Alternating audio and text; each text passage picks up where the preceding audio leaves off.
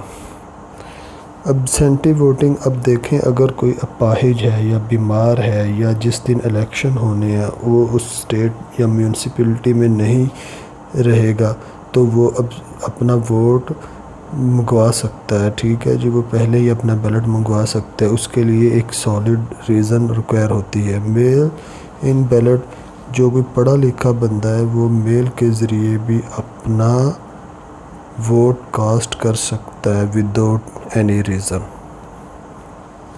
اب میں آپ کو بتاتا ہوں step wise election system of America.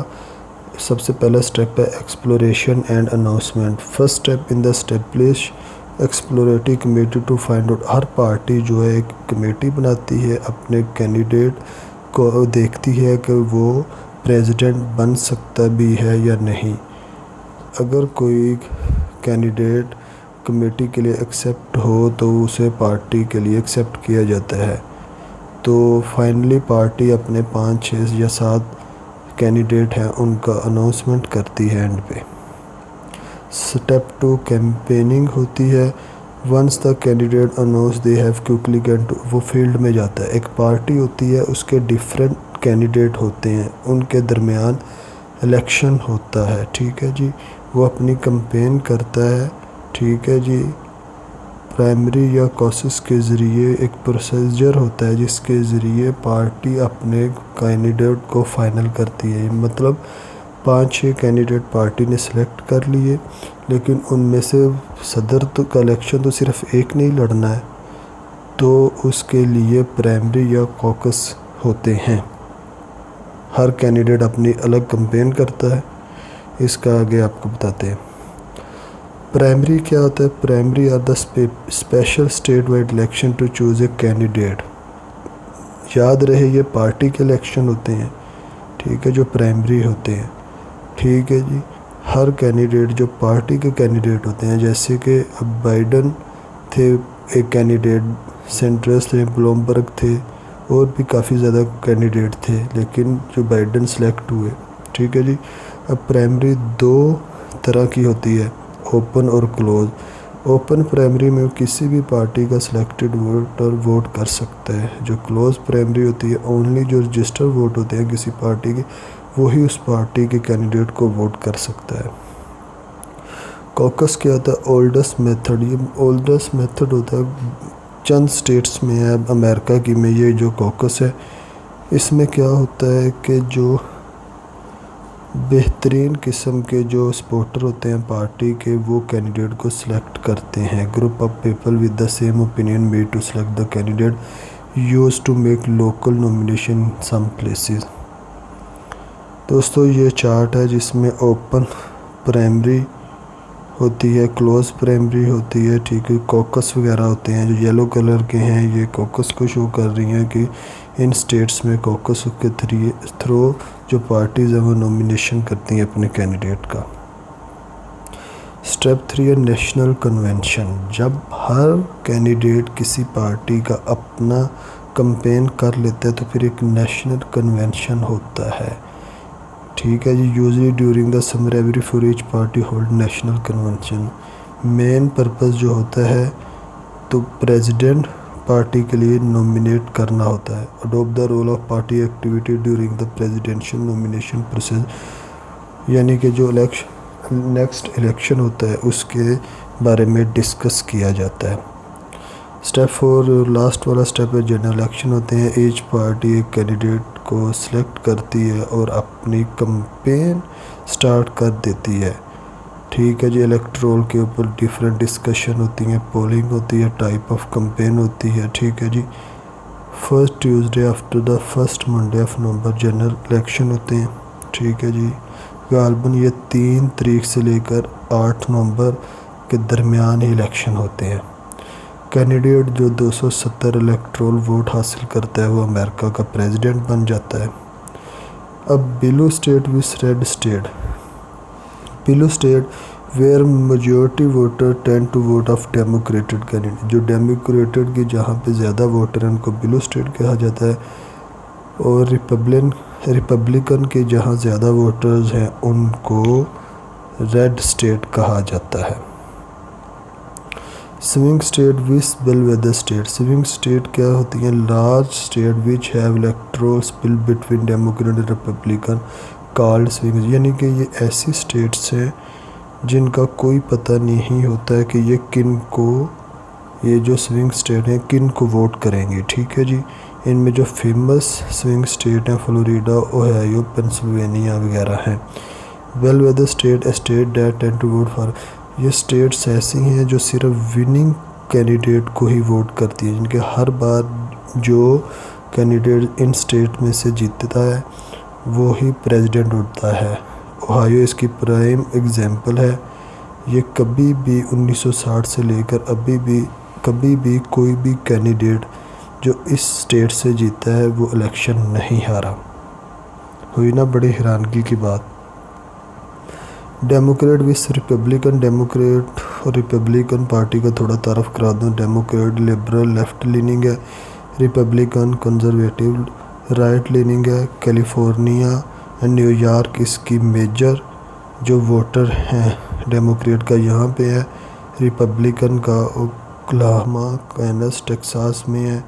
Symbol donkey ہے ڈیموکریٹ کا، اور ریپبلکن کا ایلیفینٹ ہے۔ 1824 میں فاؤنڈ ہوئی ڈیموکریٹ، 1854 میں ریپبلکن فاؤنڈ ہوئی۔ 44.7 ملین ممبر ہیں ڈیموکریٹ کے، اور 32.8 ملین ممبر ہیں ریپبلکن کے۔ یہ ان کے نشان ہے ایلیفینٹ وس ڈونکی، ریپبلکن وس ڈیموکریٹ کے۔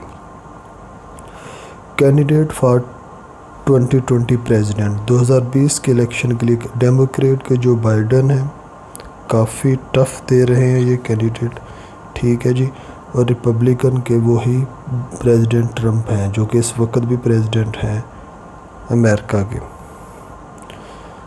اب یہ جو اب تک کے جو صورتحال ہے اس کے مطابق جو بائیڈن الیکشن جیت رہے ہیں، یہ آپ دیکھ سکتے ہیں آج کے دن تک جب یہ میں ویڈیو بنا رہا ہوں تو جو بائیڈن سب سے آگے ہیں۔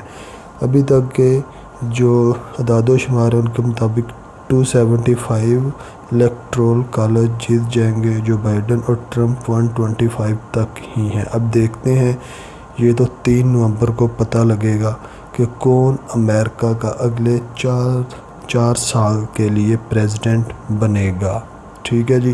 اور ویسے بھی پریزیڈنٹ ٹرمپ کے خلاف میڈیا کی بہت زیادہ میڈیا خلاف ہے۔ اب دیکھو کیا ہوتا ہے، یہ تو 3 نومبر کو ہی پتہ لگے گا، لیکن یہ اعداد و شمار سچ ہیں یا جھوٹ ہیں یہ 3 نومبر کو ہی پتہ لگے گا۔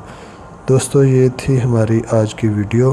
اب اگر یہ آپ کو پسند آئی ہو، اس سے لائک کیجئے، شیئر کیجئے اور اپنے دوستوں کے ساتھ شیئر کیجئے، اور ہمارے چینل کو سبسکرائب